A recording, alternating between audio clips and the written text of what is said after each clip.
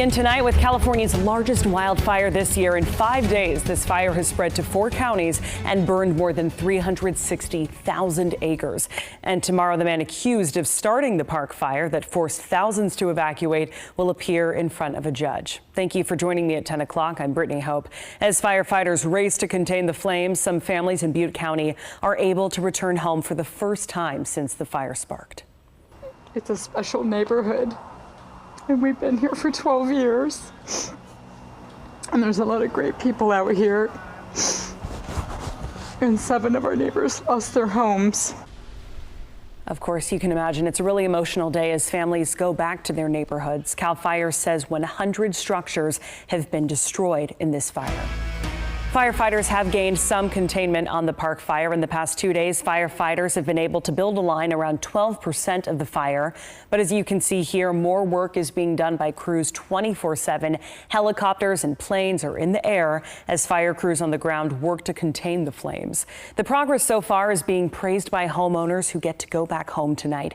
KCRA 3's Andres Valle spoke to a family whose home was spared from the flames. Just being grateful.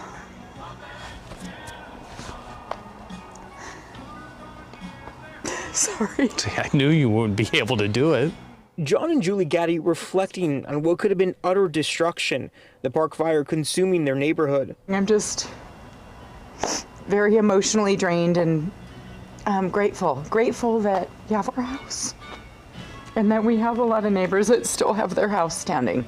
And just down the street, other neighbors weren't as lucky. Take a look at this home completely destroyed in the fire, the car burnt to a crisp.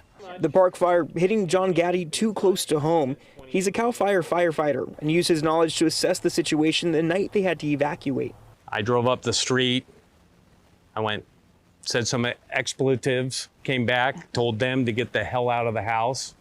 The fire was doing something. The fire behavior changed. As Julie, their 2 daughters, and dog made it out, John stayed back to protect the neighborhood. I differentiate being a neighbor and being a professional, and I think that's what allowed me to stay here, because I put those two together.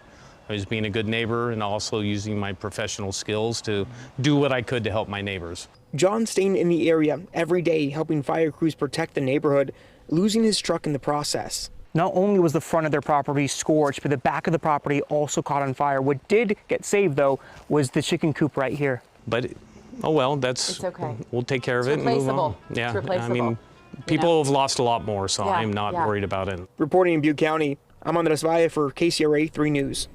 The Gaddys say they live in a really tight-knit neighborhood. John was giving constant updates to his neighbors until most of them went back home today. Let's show you another look at the fire right now. This is a 3-hour time lapse south of Shingletown.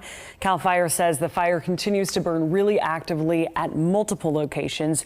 Grouped trees and rough and steep terrain that you can see here are causing additional growth tonight. Let's bring in meteorologist Dirk Van Oren. Dirk, what are the winds like there in the area? Yeah, the winds have picked up a little bit. We're still seeing wind speeds that are ranging upwards of 10 to up maybe even 15 miles per hour, with gusts up to 20 possible in some of the canyons. But for the most part, we've seen a shift in the winds. Again, we have that southwest flow. We didn't have as much of the haze across the valley, but we did have some smoke. But you can see the plume, the main plume, being pushed off to the north and to the east. And we did have a flare up. This was a little after 5 o'clock in the afternoon. And you can see where things started to pick up. And then you see that burst of smoke right there that picked up there in eastern Tehama County. And that made its way across northern Plumas County. And that plume of smoke continues to stretch across eastern Oregon into Nevada, as well as Idaho. So hot spots. We have 3 main areas where we've been seeing the area burning a little bit more rapidly here in eastern Tehama County to the south, and then just right here in the midsection. And then we also have on the western front of this this burn scar areas where we have still the fire burning pretty good, and that's just right side outside of the Red Bluff area. We are seeing some areas still burning in those regions. So those are the 3 spots we're still seeing a lot of activity even through the night tonight, Brittany.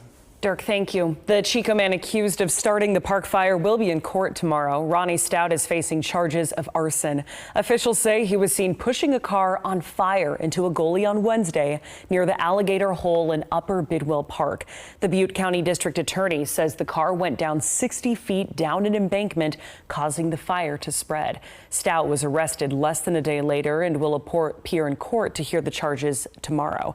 Our KCRA 3 Investigates team looked into Stout. He's been convicted of 2 other crimes. In 2001, he was convicted of lewd and lascivious acts with a child under 14. A year later in Kern County, he was convicted of robbery with great bodily injury. Stout was sentenced to state prison for 20 years. He was later arrested for a DUI in 2020. He's being held without bail right now.